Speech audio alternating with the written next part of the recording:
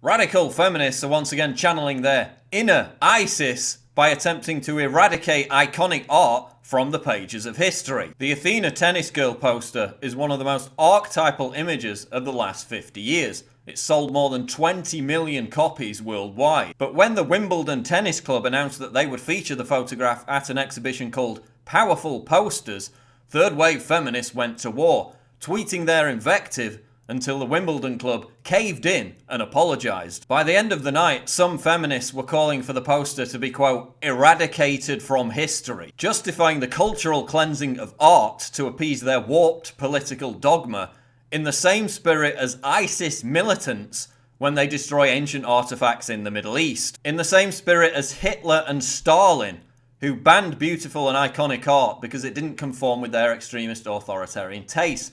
What Hitler called degenerate, feminists label offensive and misogynistic. And no, I'm not equating the threat posed by radical feminism with the threat posed by Hitler, Stalin, or ISIS. But on this level, they share the same mindset, which is rooted in the fundamentalist belief that freedom of expression should be curtailed and ultimately sacrificed on the altar of their narrow political agenda. To police art by enforcing arbitrary standards of political correctness is to completely destroy everything that fuels the creative process. And as Breitbart's Martin Daubney explains, this effort to purge the Athena Tennis Girl was also a cynical exercise in man-shaming. But if you want to know what a world full of feminist-approved art would look like, then just take a look at my previous videos.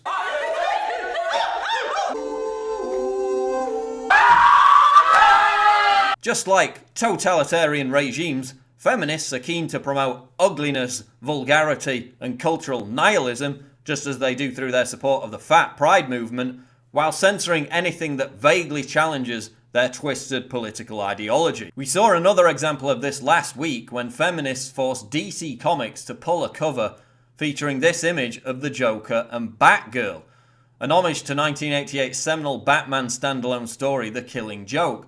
The cover was censored after, quote, threats of violence and harassment from feminists. So I guess now we're going to have to digitally delete and ban all past and future movies, comic books, TV shows, video games, artwork and books that depict bad guys being violent towards women. But that's already happening. As Gamergate has exposed, feminists are attempting to corrupt and undermine the video games industry, another art form, and subvert it with their own brand of social engineering. The group behind the Athena Tennis Girl #hysterics outrage everyday sexism weren't so outraged last week when they completely ignored a tweet by an anti-gun group which said that women were too ditzy and stupid to be allowed to exercise their Second Amendment rights to defend against rape. So again, we see hypocritical feminists ignoring actual threats to women's rights while promoting the subjugation of women as androgynous entities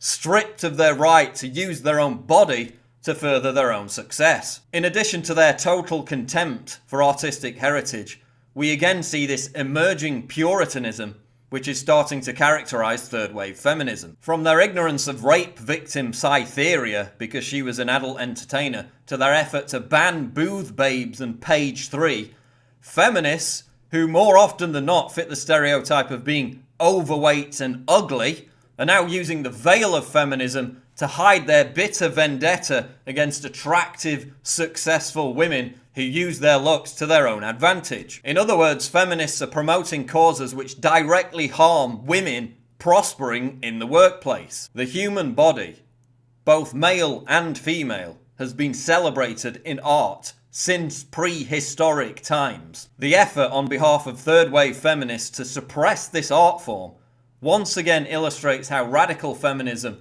has nothing to do with equality and everything to do with policing thought and censoring free expression.